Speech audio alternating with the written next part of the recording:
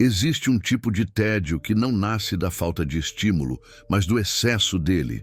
Um tédio que não vem da mente vazia, e sim de uma mente que nunca desliga, que antecipa finais, que percebe padrões cedo demais e que, por isso, começa a se cansar antes mesmo que as coisas realmente comecem.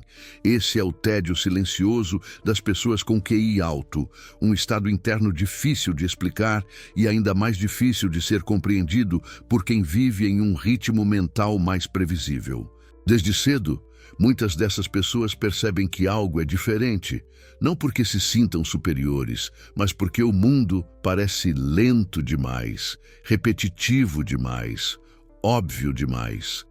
Conversas seguem roteiros previsíveis, situações sociais se desenrolam sempre da mesma forma, histórias raramente surpreendem, e até aquilo que deveria ser interessante perde o brilho rapidamente. Não se trata de arrogância ou desinteresse pelas pessoas, mas de uma mente que enxerga o caminho inteiro enquanto os outros ainda estão dando os primeiros passos.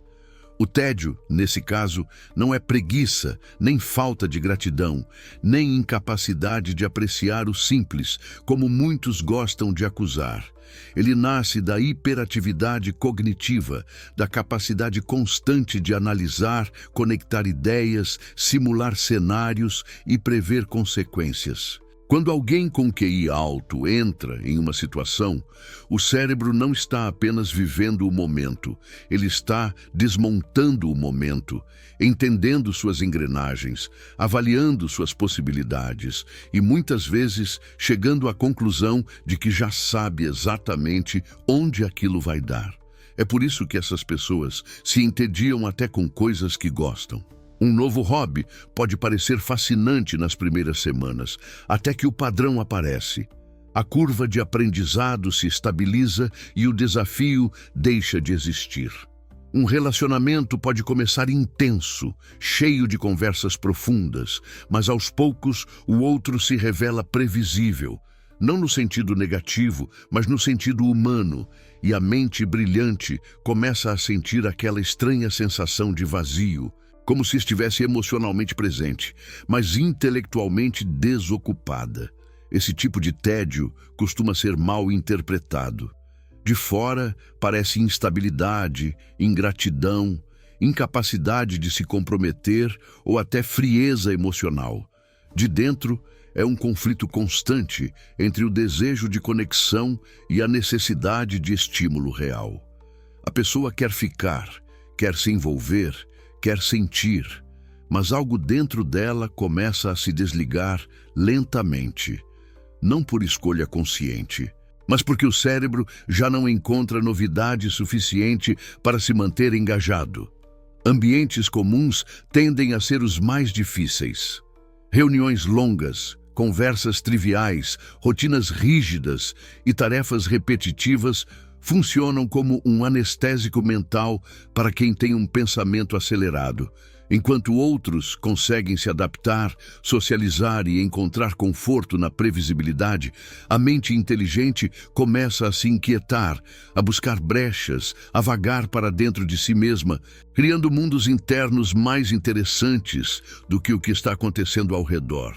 Esse movimento para dentro é muitas vezes confundido com isolamento voluntário, quando, na verdade, é uma estratégia de sobrevivência psicológica. Quando o mundo externo não oferece estímulo suficiente, a mente cria o seu próprio.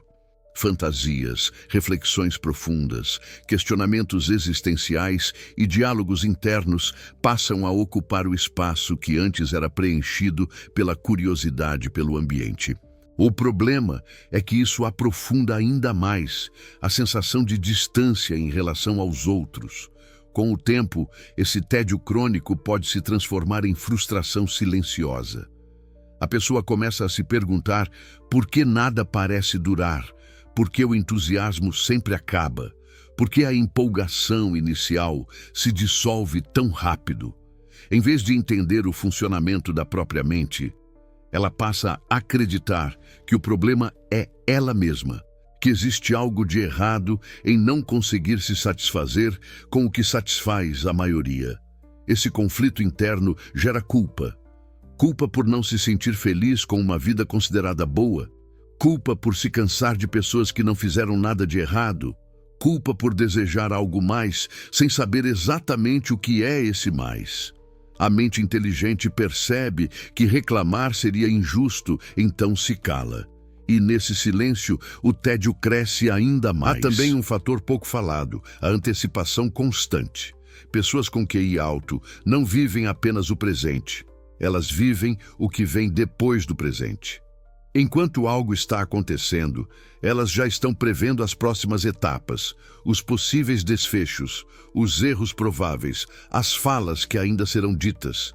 Isso reduz drasticamente o fator surpresa, que é um dos principais combustíveis da motivação humana. Quando tudo parece previsível, o encantamento morre cedo. Filmes são adivinhados antes da metade, conversas têm finais conhecidos, pessoas revelam padrões rapidamente. Não é que essas pessoas não saibam apreciar a jornada, mas quando a mente já chegou ao destino, o caminho perde parte do sentido. Esse tipo de tédio também explica por que muitas pessoas altamente inteligentes parecem inquietas profissionalmente. Elas aprendem rápido, dominam tarefas em pouco tempo, e assim que o desafio acaba, o trabalho se torna um fardo psicológico. Não por preguiça, mas porque o cérebro precisa de complexidade, de problemas reais, de situações que não tenham respostas óbvias. Quando isso não acontece, surge a sensação de estar desperdiçando o potencial, mesmo quando se está sendo produtivo. É um vazio estranho, porque externamente tudo parece funcionar, mas internamente algo grita por profundidade, por novidade, por significado. Socialmente, o tédio também cria uma barreira invisível. Pessoas com QI alto tendem a filtrar interações, não por desprezo, mas por exaustão. Conversas rasas drenam energia. Pequenas disputas de ego parecem infantis. Dramas desnecessários soam como ruído.